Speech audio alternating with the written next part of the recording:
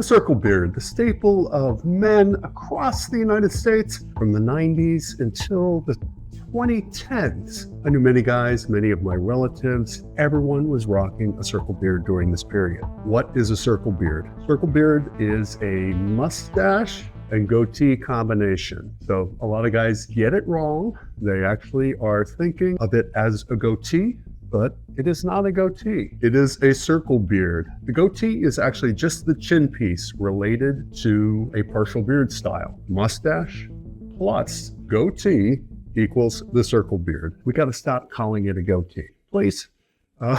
It's just it's one of these little irksome pet peeves of mine.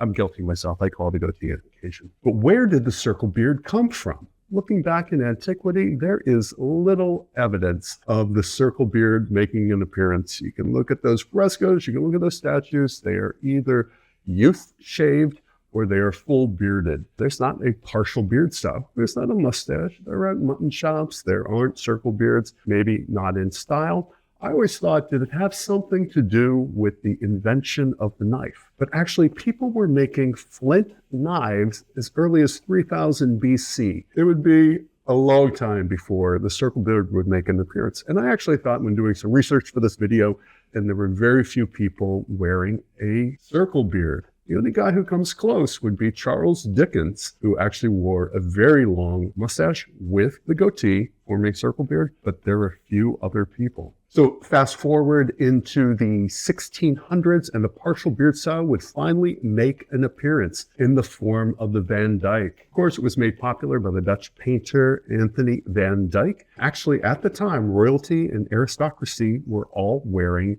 the Van Dyke. But he got pinned with the name. Some people say, hey, I'm wearing a Van Dyke. That's a circle beard. That's a goatee. People think it's all interchangeable. The Van Dyke is actually a mustache with a goatee that is disconnected. They do not connect here. And so the circle beard connects them. The Van Dyke leaves the chin piece separated from the mustache. The circle beard would not make an appearance until really the 20th century with the beatniks. People on the edge, people on the fringe, actually were experimenting with facial hair. A lot of them were actually wearing a goatee, solo, without the mustache, or wearing a Van Dyke. But you do see an occasional guy in the 1950s, 60s wearing a circle beard. And that's it. Poof, gone again. There is not much evidence of people wearing this partial beard style. In the 80s, people were wearing relatively smooth faces, shaved faces. You would see guys wearing partial beard styles. And one of them that they were wearing in the 90s was the circle beard. It became very popular. I have lots of history myself wearing the circle beard, as popular as it was in the 90s and through the aughts. And I mean popular. Guys all over the country were wearing the circle beard. And whether it was popular with pop culture and Hollywood and things like that, it was definitely popular in middle America and especially with working class America. A lot of guys who live in the heartland will embrace a style and it becomes their particular style. And a lot of guys won't let go with it. A lot of my relatives who were wearing circle beards in the 90s and in the early aughts are still actually wearing a circle beard even today. So what actually killed the circle beard for pop culture? Like many styles, it was actually the full beard. The full beard made such an impact in about 2010. For the past 15 years, guys have preferred wearing the full beard over any other partial beard style. That includes mustache, long sideburns, partial beards in terms of a goatee or Van Dyke, or just the circle beard in general. So people have preferred wearing a full beard. Why do guys wear the full beard? Yeah, you get an occasional guy today wearing a circle beard. You actually get your Kurt Russell, your Pierce Brunson. All of these guys are actually rocking circle beards of some type into the teens and into the 20s now. A lot of guys actually prefer not to wear a beard for two main reasons.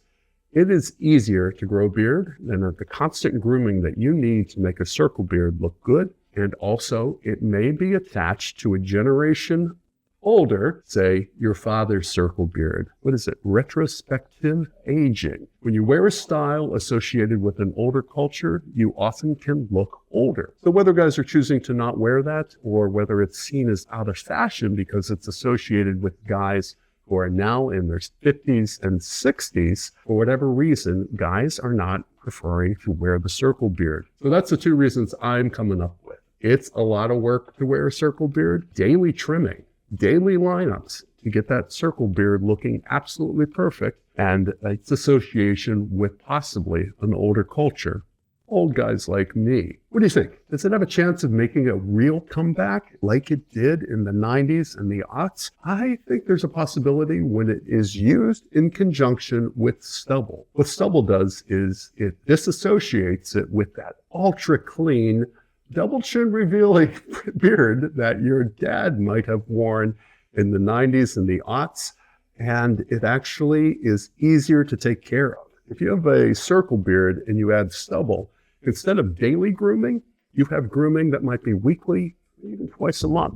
So you can get it nice and clean, let the stubble grow, and then start all over again. I think that's the chance that the circle beard has of making a comeback. What do you think? Would you wear a circle beard? I'm actually thinking it for myself, just for a little bit of retrospective aging on my own part. After Christmas this year, I am going to be doing some more radical things with my beard. I will be keeping the Santa beard until Christmas, and then after that, I may actually start trimming it up.